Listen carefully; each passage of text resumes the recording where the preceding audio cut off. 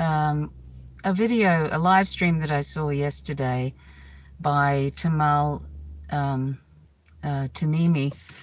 He is a relative of Ahed Tamimi, who is, the 17-year-old Palestinian activist who was imprisoned a couple of months ago by the apartheid state of Israel.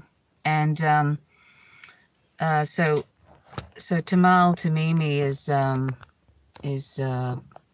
Ahed Tamimi's relative. And anyway, so I was watching. I follow him on Facebook, and he regularly does these little live streams, which are sort of a bit of a sort of a horror story, and kind of gives sort of a bit of a insight into just the daily the daily occupation of that particular area he lives in by the Israeli occupation forces. And on a regular basis, he just shoots out of his window with his phone.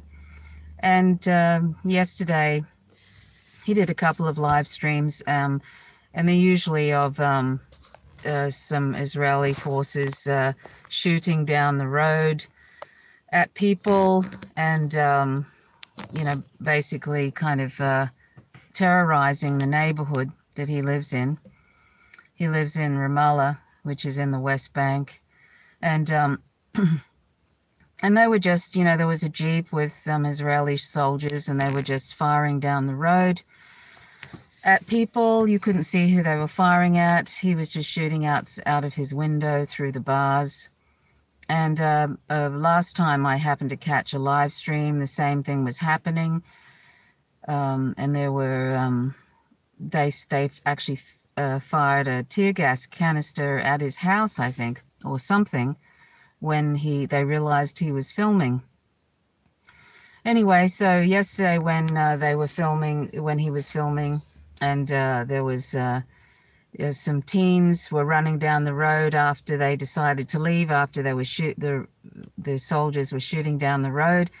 When they drove off, about 10 teens followed the jeep a little way down the road, and the next thing you know, there's about, must have been twice as many tear gas canisters as there were teens running down the road. There must have been about 10 teenagers, Palestinian teenagers, running down the road. And then there was these tear gas canisters, and there must have been about 20 or more of them. I mean, talk about, they shouldn't be there in the first place.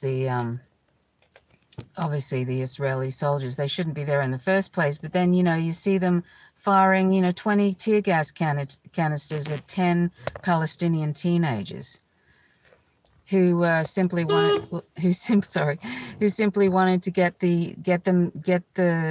wanted the soldiers to leave and stop firing in their neighborhood, firing indiscriminately in their neighborhood. This is what they have to put up with every day. Every day of their life, Palestinians have to put up with these violent terrorist acts of, colonizing forces, the Israeli occupation, the IDF, they call them defense forces, but they're not defending anybody. They're terrorizing and colonizing Palestinians in their own land, in an apartheid state of Israel.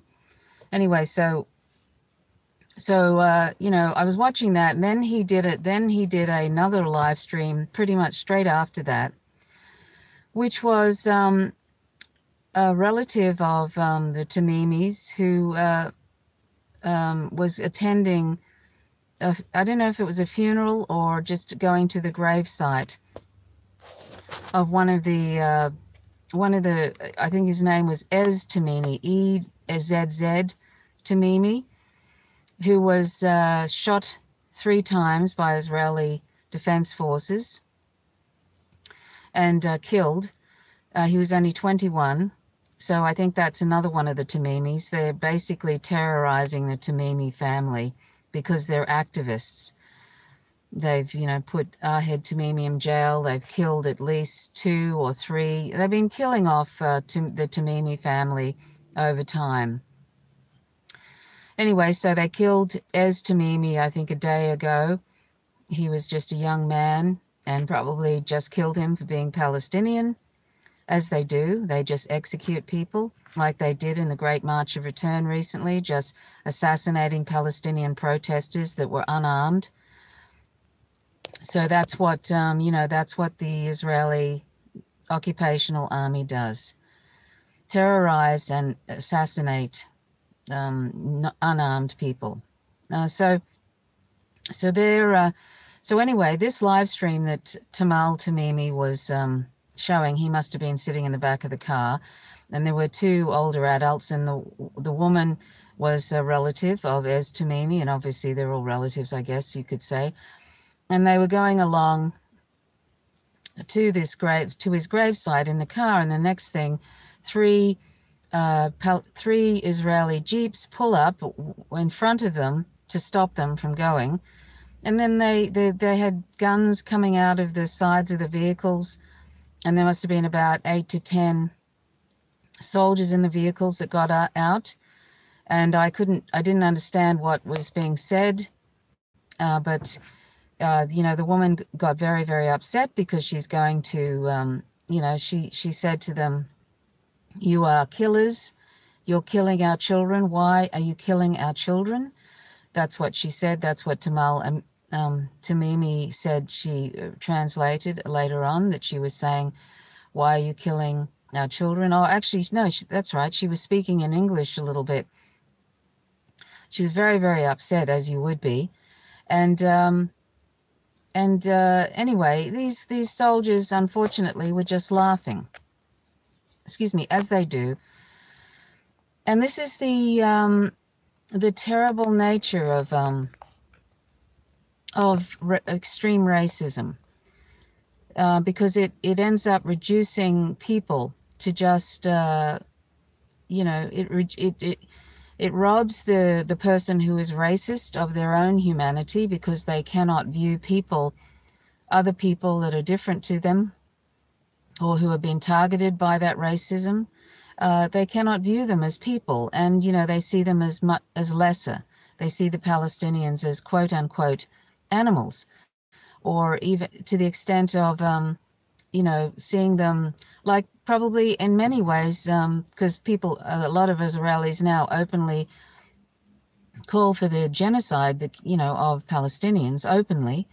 There's a lot of extreme racism, sadly, now in Israel. There are a number of people that aren't like that, but there is extreme racism now, and people openly call for the genocide of Palestinians, and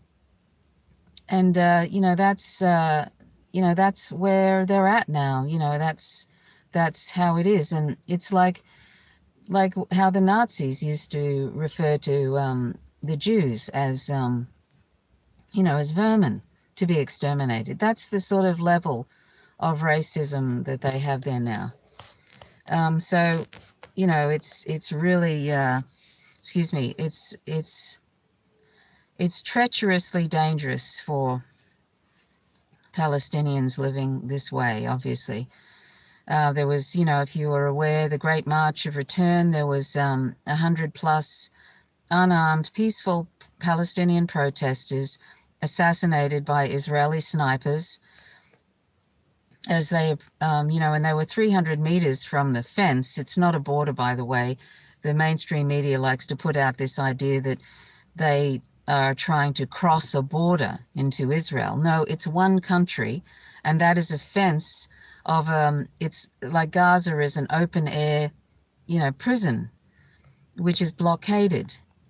So, they were sort of near the fence doing a peaceful protest in the Great March of Return, and being assassinated by Israeli snipers, including medics and doctors. Razan Al-Najjar, she was a medic who was killed a few days ago. She was shot in the back as she was running away with her hands in the air. She was wearing a white coat, which indicates she's a medic. And She was shot in the back, and it came out through her heart, and she died instantly. And she had her hands in the air, a woman, and she was 21, Razan al-Najir, and an amazing woman apparently, who spent a lot of time, 7 a.m. to 8 p.m. treating injured Palestinians during the Great March of Return, which there were thousands, literally, 10,000 or something, were injured by live rounds of live bullets from these Israeli snipers. So this is what Razan did. She'd been doing for quite a while, trained as a nurse, and then was treating people from morning till evening, and eventually they killed her too, which is tragic and completely unacceptable. And when her recently, the Real News Network, sorry, I keep hitting the horn here. I'm sorry that I'm not able to hold. I have to hold this in my hands, and so it's a bit jiggly and stuff, and it gets a bit tiresome holding it up. And recently the Real News Network interviewed one of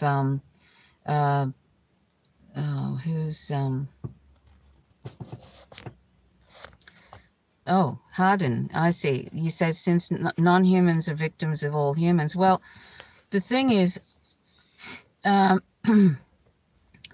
we don't care, I'm going to just depart from this for a moment. The thing is, if we don't care about human animals, then they're animals too. We're animals as well, aren't we? So it's very important that vegans care about injustice to all animals, and and also care about the persecution of extremely vulnerable groups. If we don't care about the persecution of very vulnerable human groups, then what are we doing? So, and also, if you're not vegan now, or if you are, unless you were vegan by birth, when you were born into a vegan family, then I'm going to have to answer your questions another time, I think, Hardin, because this is sort of like important that I talk about this issue of Palestine. And I don't think that being misanthropist is helpful at all for any sort of vegan cause. In fact, it undermines spreading of veganism. I'm not exactly talking about veganism today, and I'll be talking about that another time, but if one is misanthropist and is trying to promote the idea that humans don't deserve justice and whatever, then is completely counterproductive, because since the only way to end the oppression of non-human animals is for all of us to go vegan, and that means vegan education, non-violent, creative vegan education. So unless you're engaging in that, if you're calling people corpse munchers or whatever, then that's completely counterproductive, and it's also hypocritical, because unless you were born into a vegan family and were vegan all your life, you have also consumed animal products, and so you've been responsible for violence as well. But even if you had been born into a vegan family at birth and you've been vegan all your life, it still is a sort of unfortunate thing to do, is to be passing judgments on humans because all of us have been indoctrinated right from birth to think animals are lesser than us, all of us. 99.99% of us probably have. So we're, just as a lot of Israelis are indoctrinated to believe that Palestinians are lesser than them, and that it causes extreme racism that makes them think that Palestinians are lesser than them. The same happens for most of us when we're born into non-vegan families where we all eat and wear and use animals. We obviously think that animals are lesser because we eat, wear, and use them, but that's not true. It's no more true about Palestinians, no more true about animals. We're all morally equal if we're sentient, right? So anyway, I've sidetracked there. So that's I hope you take that on. Misanthropy does not belong with vegan education. It's counterproductive. Okay, so I'm not talking about veganism right now, even though that's a very important issue for me. I'll just ignore any further comments about that. Live streams are a bit tricky that way. So I'm going to ignore the comments now and just talk about the Tamimis and the persecution of the Tamimis and the Palestinians. Okay, so what I was saying is that I'll return to that story about the live stream that I saw, where they were going to see the grave of Ezz Tamimi, who'd been killed just recently. When they went there, and that's right, and I mentioned that, all the vehicles, the Israeli jeeps turned up and blocked their going forward, and then one of the relatives got very, very upset and said, "You are killing us. Why are you killing our children?" And the thing is that, as I said, the Israeli soldiers were sort of laughing at her. And that's the result of extreme racism, extreme indoctrination. Now, I kind of lost my track. I'm not sure exactly where I was up to. But yes, the thing is, we have to care about the most disenfranchised groups on the planet. And of course, as I mentioned, non-human animals are the greatest group, that are the most invisible group, that are victims of our violence, because we're not vegan and we're eating, wearing, and using them, eating animal products like dairy, eggs, meat, honey, etc., and wearing them, wool, leather, fur, silk, etc., and using them in general. And then Palestinians are, there's so much propaganda out about Palestinians today on the mainstream media that they are, and by our governments, there's often this, that people actually think that, a lot of people think that Palestinians are inherently terrorists and inherently violent, and that they use their children as shields, and all this kind of absolute propaganda. And it's complete propaganda. And so we have to get educated by watching programs like the Empire Files. You can find that at empirefiles.tv. That's the host, Abby Martin, and she's got like about 7 different programs about Palestine and what's happening there. So check out Empire, that's EMPIRE, Files, FILES.tv, or you can just search for it online, Empire Files with Abby Martin. Empire Files with Abby Martin. That should get you where you need to be. So anyway, that's a very important show that we need to check out to find out about what's happening in Palestine for Palestinians. And I think that was really what I wanted to really say, was before Harden sort of started talking to me about non-human animals. And I appreciate you raising that issue, but I don't appreciate the misanthropy associated with your comments. But anyway, the reason I brought it up is because when I was watching these live streams, and also the awfulness that's happened with the Great March of Return, the awfulness that's happened with that, with the Palestinians being killed by Israeli snipers, assassinated intentionally. I mean, the IDF even had on their website, on their Twitter site, we know where every bullet has landed. So there were no accidents. They intentionally assassinate people, including medics, and including trying to, they wounded Dr.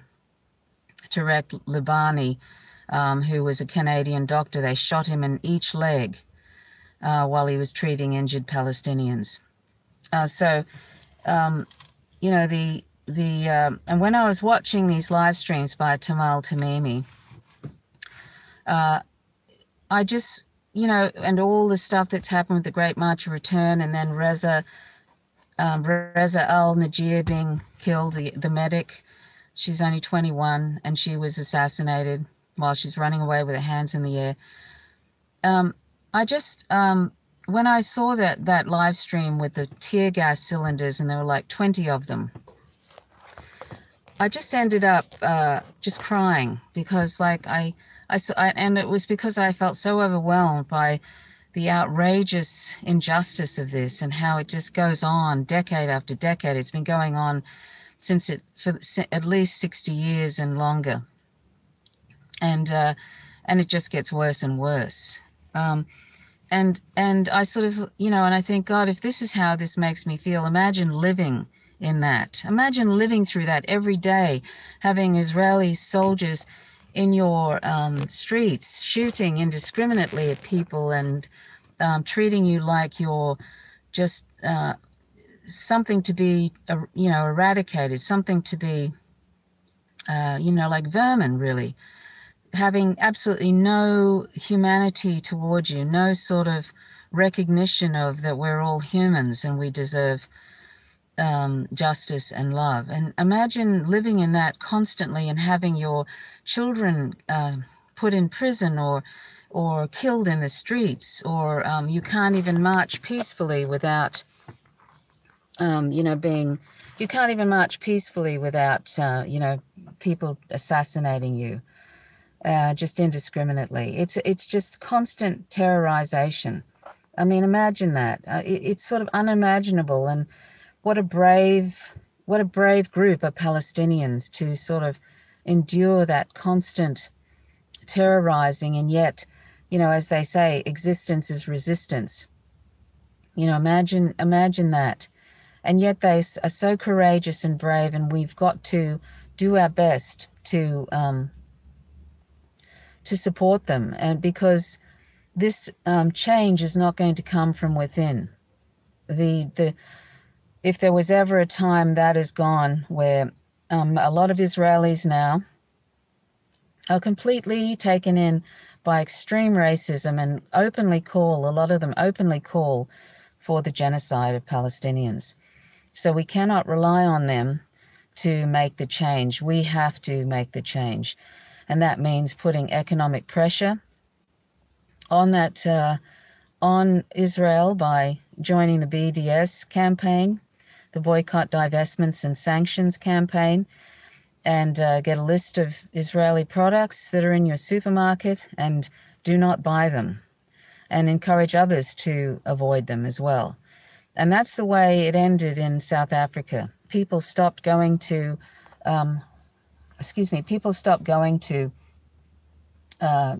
celebrities stopped going to South Africa to perform, and and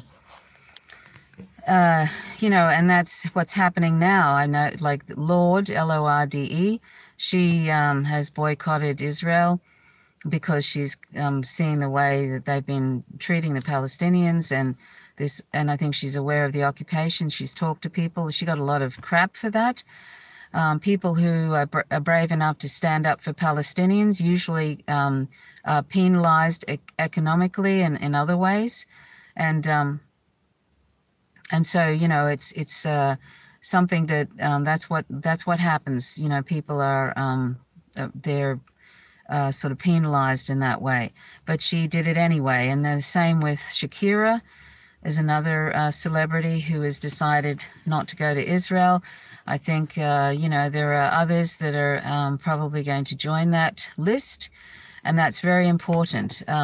Celebrities probably will join that list, and you can do something right now and stop supporting Israeli companies and and stop buying Israeli products. And eventually, like what happened to South Africa in the apartheid situation there, which, by the way, Palestine has a much, much worse situation than the apartheid situation in South Africa at its highest. So the way to end this will be probably through economic boycotts and because it's not going to come from within. So that's what we need to do. We need to join the BDS campaign. Some people don't support it. I'm not sure why, but I think that's and they're trying to stop people they're trying to make it illegal for people to encourage boycotting them. And that's too bad. But that's what needs to be done, because, as I said, change is not going to come from within. They're too extremely, they're too far gone. They're too far down the rabbit hole of genocidal thoughts and racism. So it has to happen with us. We have to be the ones that make the change. So anyway, that's really all I wanted to say. Just to try and imagine, if you watch the Empire Files and watch these programs that's hosted by Abby Martin, just try and imagine, if you haven't thought of this before, what that must be like. There's actually another thing I wanted to say to you, is one of the IDF soldiers, ex-IDF soldiers, former IDF soldiers, explained what he felt like after a while of being an IDF soldier, and how he realized he was the terrorist. That's one of the programs where she interviews a former IDF soldier. And just imagine being woken up in the middle of the night, and if you raise your head quickly, they can shoot you. If you have to stay, they have this they have this thing where soldiers go into houses at 2 and 3 in the morning, and they go up to you as you're sleeping, and if you wake up suddenly and lift your head suddenly, it's okay to shoot you in the head. So if you almost got to not react at all to avoid being executed. I mean, this is the sort of outrageousness. I mean, I was thinking earlier, there is no word to describe the outrageousness of this. There is no word to describe how unjust and how awful this is, and how outrageous it is that it's just allowed to continue, and a lot of the global community are silent, and the mainstream media are silent, or they try and pretend it's about Hamas. That Great March of Return didn't have anybody from Hamas there. It was all completely nonviolent protesting, and they were assassinating nonviolent protesters, including children. They killed children as well. In fact, they even had some IDF soldier on his Twitter account, which he deleted later, had a child in his crosshairs, and had a photo of a child in the crosshairs. I mean, this is the sort of genocidal attitude they have, and that's why it's up to us now. That's what when the relative of